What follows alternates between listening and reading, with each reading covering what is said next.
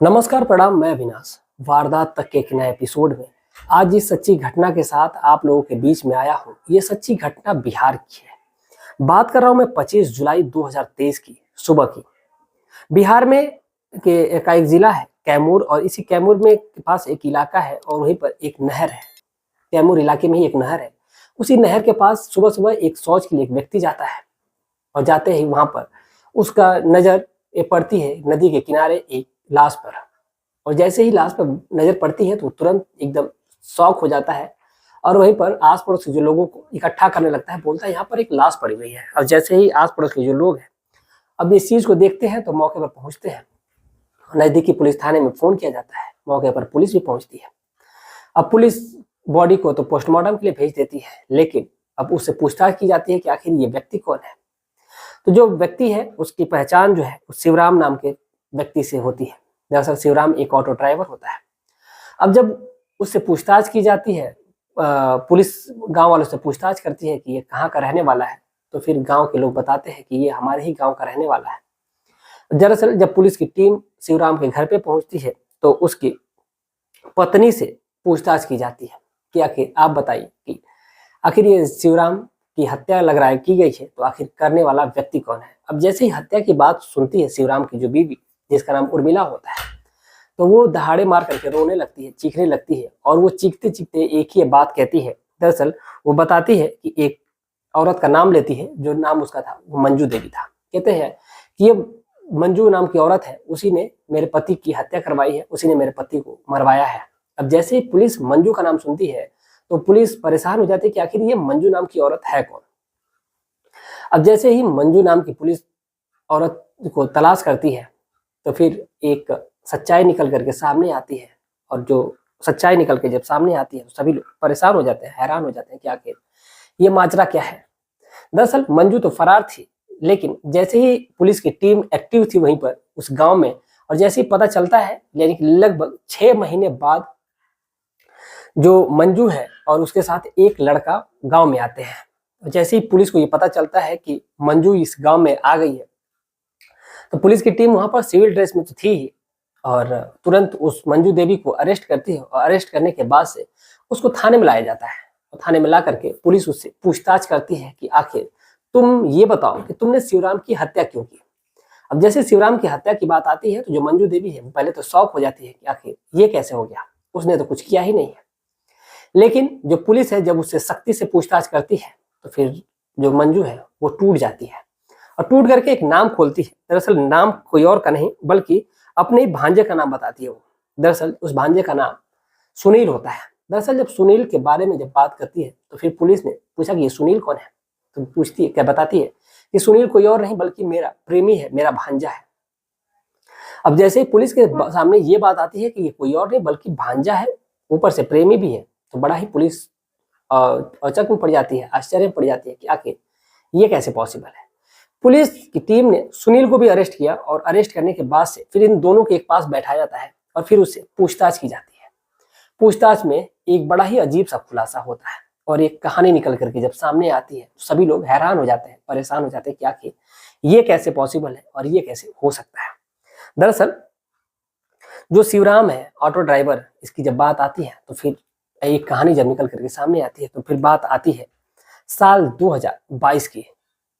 साल 2022 में ये शिवराम नाम का व्यक्ति अपने गांव पे रहता था, और वहीं पर ये ऑटो चलाता था। अब ऑटो चलाने के दौरान इसकी मुलाकात मंजू देवी से होती है। मंजू देवी से जैसी इसकी मुलाकात होती है तो फिर इन दोनों के बीच में नजदीकियां बढ़ती जाती हैं।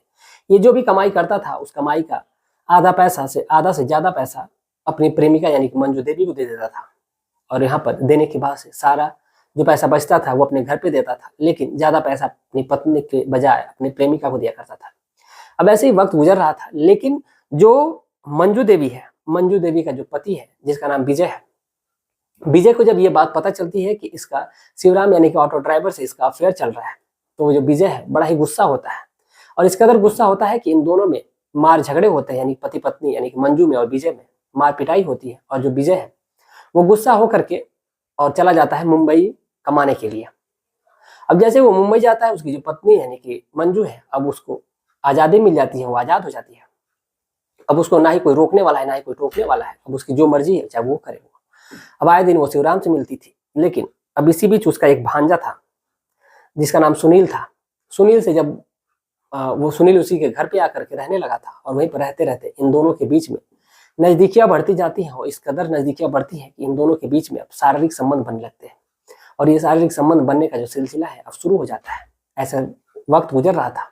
वक्त के साथ साथ ये जो सुनील है और जो मंजू है, ये दोनों जब भी वक्त गुजार रहे होते थे तो इसी बीच जब भी इसका शिवराम का मन करता था तो वो उसके घर पे चला आया करता था, मंजू के घर पे चला आया करता था और ये उसके साथ शारीरिक संबंध बनाने लगता था। उस समय जो सुनील था, सुनील को मंजू देवी बाहर भेज दिया करती थी। अब एक दिन जो सुनील है वो कहता है कि तुम्हें सेलेक्ट करना पड़ेगा कि तुम शिवराम के साथ रहोगी या फिर मेरे साथ रहोगी।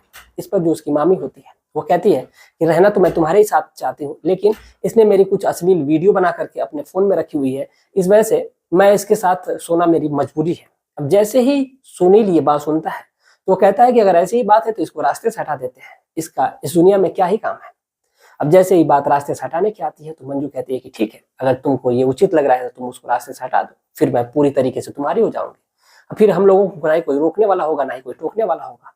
अब जैसे ही सुनील को परमिशन मिलती है, सुनील ने अपने दोस्त को, यानी उसका एक दोस्त होता है जिसका नाम बिपिन होता है, बिपिन को 50,000 रुपए की सुपारी देता है और देने के बाद उसे कहता है कि शिवराम की फोटो भी देता है और कहता है कि तुम इसको रास्ते से हटा देना।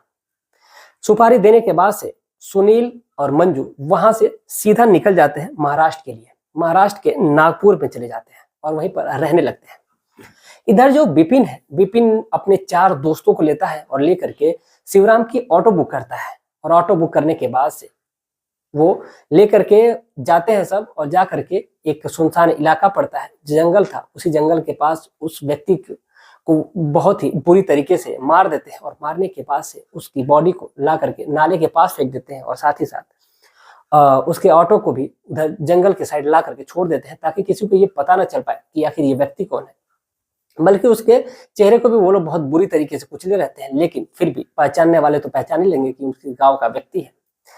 तो जैसे ही अब इधर ये दोनों यानी कि मंजू और सुनील दोनों फरार है, नागपुर थे, लेकिन अब पुलिस जैसे ही अब मंजू की बात आती है तो पुलिस ट्रेस करती है। तो जो उसके आधार पर, पोस्टमार्टम के आधार पर जो उनकी डिटेल थी, उस डिटेल के आधार पर पुलिस के पास कोई सबूत ही नहीं मिलते हैं, क्योंकि हत्या से पहले तो वो दोनों जा चुके थे, तो फिर कहीं ना कहीं हत्या की उनके ऊपर से शंका ही हट जाती है। लेकिन अब बात तो, अब मर्डर तो हुआ था, चाहे कुछ भी हो जाए। अब जैसे ही पुलिस उन 4 दोस्तों की जब बात आती है तो 4 दोस्तों को भी पुलिस अरेस्ट करती है और अरेस्ट करने के बाद से फिर सारे जो दोस्त हैं वो सारी सच्चाई खोल देते हैं कि आखिर उन्होंने कैसे कैसे उसकी हत्या की थी।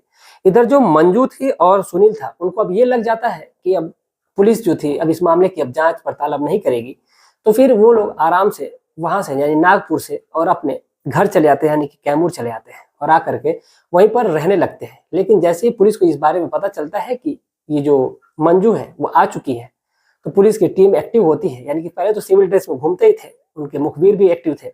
पता चलते ही पुलिस की टीम मंजू देवी को उठाती है। फिर वहां से पता चलता है कि सुनील है, तो सुनील को भी उठाया जाता है और फिर इन लोगों के राज खोलने के आधार पर जो बिपिन है और उसके जो 4 दोस्त है जिन्होंने सुपारी लेकर के हत्या करी थी, उन लोगों के खिलाफ भी गंभीर धारा में एफआईआर लिखी जाती है और लिख करके उन लोगों को जेल के सलाखों के पीछे डाल दिया गया है। फिलहाल यानी कि बिपिन और उसके 4 दोस्त और इधर जो मामी और भांजे, ये टोटल 6 लोग जो हैं ये जेल की सलाखों के पीछे चले गए, यानी 7 लोग जो थे वो जेल की सलाखों के पीछे चले गए। फिलहाल जो इसकी पत्नी है उर्मिला श्रीराम की, वो उसका रो रो कर बुरा हाल है। वो पुलिस को बताती है कि वो मना करती थी कि आप उससे दूरी बना लीजिए, लेकिन ये दूरी नहीं बनाते थे। जो उर्मिला है अपने बच्चों के साथ अब पूरे जीवन को काटने वाली है। आखिर अब उस औरत का होगा क्या, आप ही सोचिए और आप ही बताइएगा।